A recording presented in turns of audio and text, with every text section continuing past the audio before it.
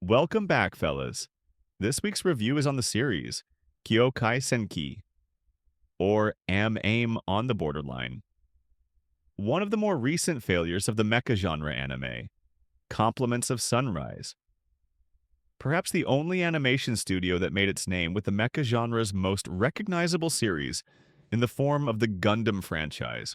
To be honest, I have absolutely no idea what they were trying to portray with this story. It looked like a mishmash of story elements from more popular series such as the aforementioned Gundam franchise, and a bit of Code Geass in there to make things different, but minus the supernatural elements from Code Geass.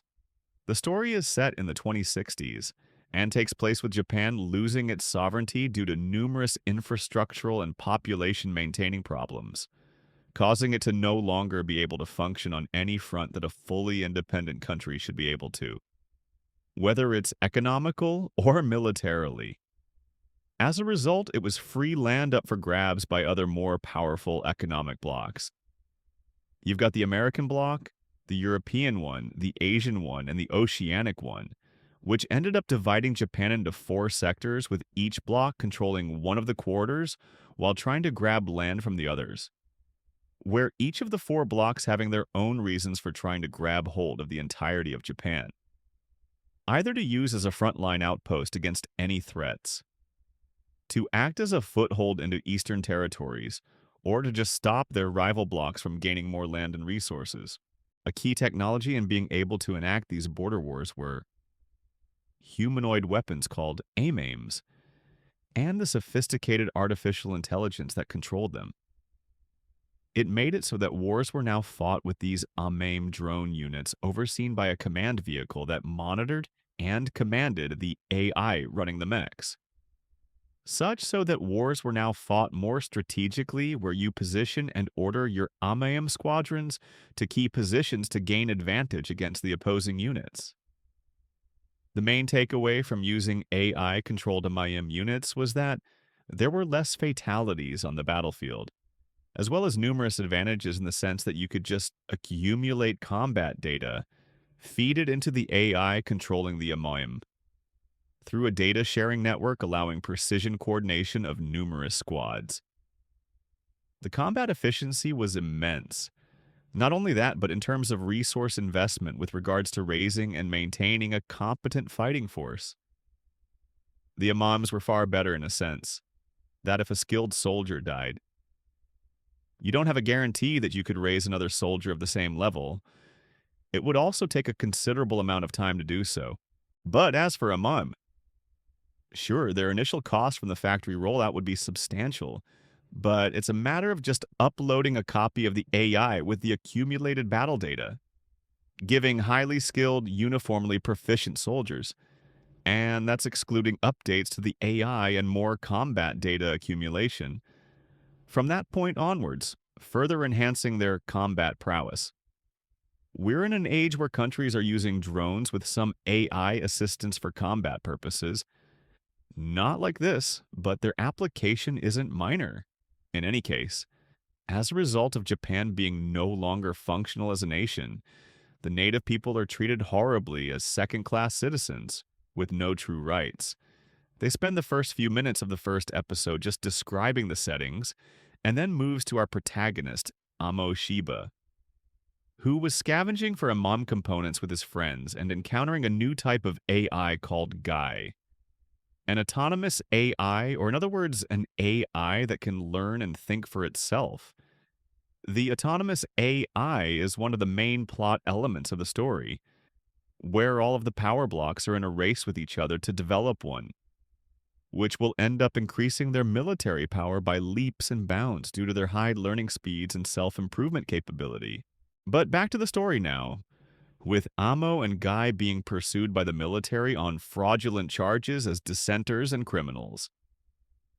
At which point, Amo and Guy needed to board a unique AIM that Amo chanced upon and was assembling.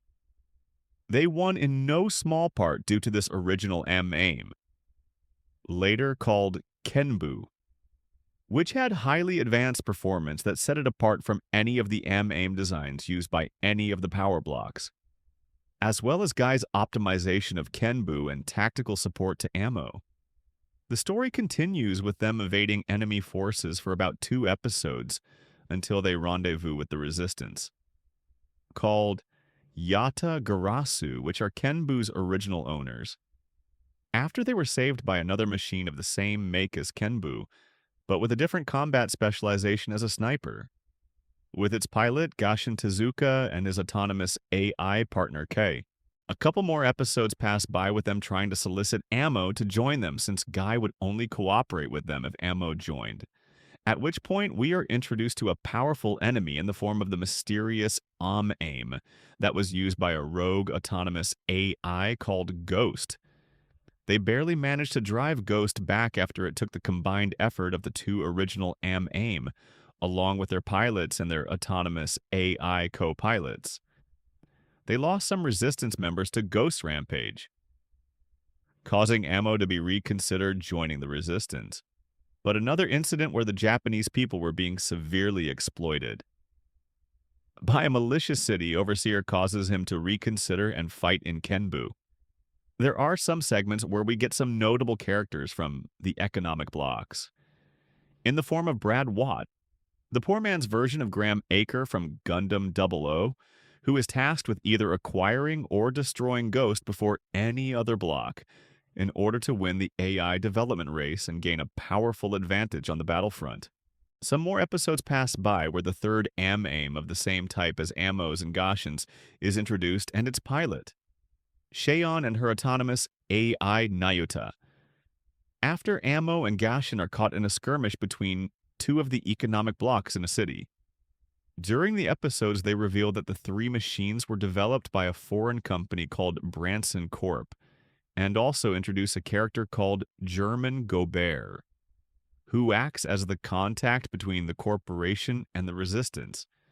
They work together as a team for some small missions, until they meet other notable characters in the form of Alexei and Dahlia from the European power block. Where Alexei could fend off the three mechs by himself with Dahlia providing support, even if only for a while. Meanwhile, there's a plan to facilitate the confrontation between the three original Aims and Ghost, orchestrated by Brad and covertly supported by German. At which point the season finale reaches its conclusion with Ghost being recovered by the American faction, and Ammo, Guy, and Kenbu presumed destroyed. Then comes Season 2, which takes place 8 months later, where the American power block makes full use of Ghost and radically improves the combat potential of their new model Aims, shifting the balance of power in the American block's favor. All while Gashin, Cheon, their AI partners, and Aims are forced into a long, drawn-out battle of attrition because of the momentum gained by the American bloc expanding their battlefront with little care for the Japanese populace caught in the crossfire. At which point, an improved Kenbu appears and saves his two comrades from certain death. They reunite after the battle with Ammo being somewhat changed, and in a following battle, Ammo kills the commander to the shock of his allies. More episodes go by which reveal the origin of Ghost, the development of the original Aims, as well as the mastermind being German Gobert. You mean the glaringly shady guy was the culprit of a bunch of your plans getting derailed? To be honest, Season 2 just drags onwards, leading to the other three blocks deciding to unite with the Resistance to oppose the American bloc, all with some subplot occurring with Brad and his father. Where Brad's father was working with German to ignite a war between the American power bloc and the other three to rapidly expand American influence in the region, leading to a showdown between Ammo and Guy facing off against Brad and Ghost in their Aims. With the coalition of the three power blocks and the Resistance winning the battle and Ammo emerging victorious over Brad and Ghost at the cost of Guy's AI core being severely damaged. They then fast forward to a few months where reconstruction and peace talks are taking place, and the three main characters going their separate ways. After sealing their mechs, with Ammo accompanied by a salvaged version of Guy, the series ends here. So, first impressions. This was just absolute trash. As I said earlier, this series was just a kit bash of story element used in different, more popular series. It has a similar setting to Gundam 00, where there was tension between different economic blocks. I'm not going to say that Gundam 00 or any other anime that uses similar premises has monopoly on these settings, since it depends on how the writers spin these elements to make them distinct to their story. But this story was just plain boring and, in some cases, very irritating.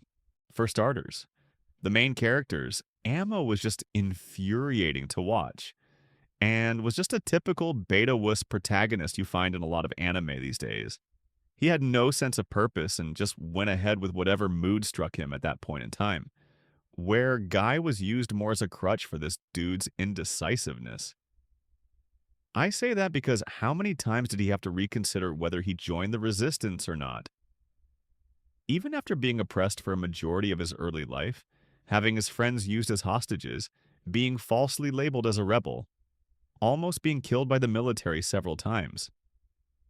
So it's not to say that there weren't any personal stakes for him, even when he returned after the time skip. Instead of maturing by undergoing any semblance of character growth, he just came back as an edgy wuss who was still afraid to take a life even when he was risking his own by directly piloting Kenbu. Guy and the other two autonomous AI just served as foils for their partners' quirks, to give some sort of depth to their partners Gashin and Shion. So there's not really any need to go into detail on them. Moving on to Gashin now, he was a broody guy who tried to carry out his father's dream of a reclaimed Japan and seek revenge against Ghost, which ended his father. At least he had some growth in being more open to trusting others to having his back, and he wasn't afraid to pull the trigger and take a life on the battlefield. But as for Shion, she was the most baffling selection. You mean out of a large-scale resistance organization, there was nobody else that could have served as a pilot for the very valuable AIM? She was just chosen because she tickled her AI's fancy? Amo bumped into Guy at a chance encounter where they formed a bond, and Gashin inherited Kei from his father. But what about Shion? Sure, they gave her a little backstory that served as her drive. But wouldn't everyone in the Resistance have a drive and goal that they wanted to achieve? It's clear she was just there for diversity and inclusion. Given the time when this anime was released, it's not out of the question for that to be the only reason she was there. I'm not saying that it's a mistake to have her there, but give her a more gritty and intense backstory. That allowed her to beat out everyone else who was a candidate for her AIM. Throughout the series, she still had this out-of-place naivety when it came to taking an enemy's life, even coming down to the end. But anyway, the main characters aside, this entire story was rushed and was filled with all sorts of logic gaps. But the biggest glaring detail to me was, I'm not sure if I'm conveying this right, but the story itself lacked senses of both intensity and urgency. What I mean is that this story failed to properly portray a bleak and desolate atmosphere. It should be a dark and merciless setting with egregious human rights violations taking place at the hands of the economic bloc people, but completely silenced, in order to communicate just how bad it was for the Japanese. But for the most part, things seemed relatively fine. Sure, you saw some corrupt officials, but that was nothing too interesting to address. Especially with the Resistance having the 3 advanced AIMs and their AI, where for the majority of the series, the Resistance never really set out on missions to weaken enemy forces. They were always discovered and engaged by those forces. As for the urgency, if the Japanese were under such inhumane treatment at the hands of the power blocks, how did the Resistance have time to help a family in the mountains or other humanitarian acts that they did throughout the series? They weren't even used for any sort of meaningful character development. They just wasted episodes in an already insufficient runtime. Which brings us to our next topic. The series had too much to cover and properly address in such a short runtime. It's one thing when there was one incredibly formidable threat. But in this case, there are four. As a result, all of the characters from these power blocks, with the exception of Brad, Alexei, and Dahlia, gave no impression. Even the three I just mentioned were barely of any interest. They were just given a bit of time to stand out a little.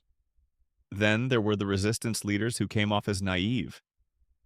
They would prioritize small victories that benefited some people, instead of playing the long game and enduring suffering they were seeing before them. But make the big plays for when they counted, which would be to the benefit of a large number of Japanese people. You just need to look at some episodes that were squandered with them doing philanthropic work, when they should constantly be on the move against detection from enemy forces, which are, once again, four different enemy forces. Japan isn't so big that the enemy couldn't comb their territories and surrounding neutral regions to locate them.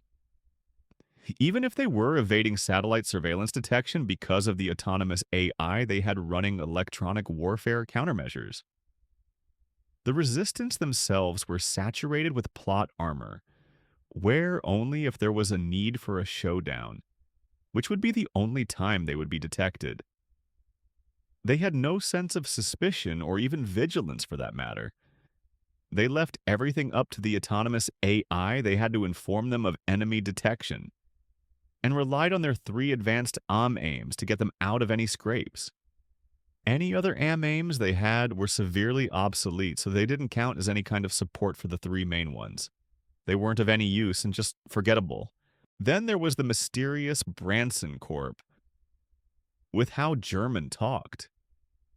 You would think this corporation was using the resistance to test their advanced AIM units to demonstrate their performance to prospective buyers, which would have been other resistance cells that didn't like the policies of the main blocks, or even to the blocks themselves in an AIM arms race alongside the autonomous AI race, and act as a war merchant, poking both sides to escalation with each side, fielding more advanced machines.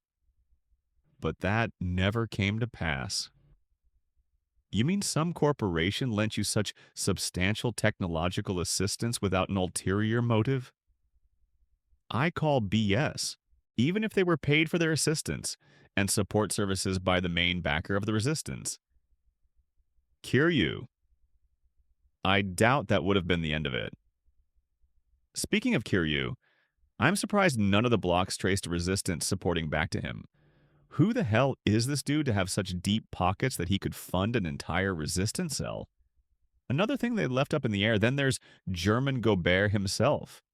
Just a blatantly sus guy that was trying to play both sides into destroying each other because of a blandly tragic backstory the writer slapped onto him. Following the trope that he was a bad guy because of his past trauma, making him a victim. Give this hacky writing a rest. All of the characters in this show was just poorly written and boring. Just like the story itself, the characters had no depth and didn't generate any interest from the viewer. Actually, that's not completely true. There was just one character that had the potential to stand out in a big way, as well as would have made an excellent antagonist. Not enough to save the series from being bad, but maybe make it suck a bit less. And that character is, of course, Ghost. Ghost had the proper makings of a good and intriguing character if handled properly. While it was explained that Ghost escaped its testing facility at Branson Corp due to Germans' machinations, the story never explained why it acted like it did. Sure, it was hostile to any armed threat, but who wouldn't be, right? But in the series, it never went out of its way to attack civilians, just armed forces that it was wary of, or who had supplies it needed for its AIM bodies maintenance and overhauling. Of course, if civilians got in its way, it had no problem offing them. In terms of power balance in the story, Ghost had a good repertoire of characteristics that made it fearsome. Its ability to rapidly learn and self-improve, as well as its ability to modify its body to better deal with enemies, whether they were few or many. Even its ability to override equipment locks on enemy weapons to allow it to use them. making it a master guerrilla fighter. All Ghost needed as a character was a motivation, something it wanted to achieve, instead of just having it run around wreaking havoc. But unfortunately, the writers relegated this potentially interesting character to play second fiddle to this douchebag, who thinks he's a master strategist. But on that note, that was one of the most stupid things I've seen in this show. This dude walks into the hot spring and just starts talking about classified information where Ghost was. And you guys just went ahead to fight it? This was one of the biggest instances of gaps in logic I've seen in an anime. They claimed Ghost was dangerous to the Japanese people and they should try to destroy it, based on what some stranger said to them in a hot spring. And the Resistance top brass signed off on that operation. This is just getting retarded. Just follow my logic here. Sure, you verified that the information on Ghost's location is true, but they didn't question why this guy would give that information. Not to mention, the only thing that could stand up to an AM-AIM with an autonomous AI is another one. Or in this case, three. It's funny that at times like these, that not just the AI, but some of the so-called intelligent characters show a lack of intelligence.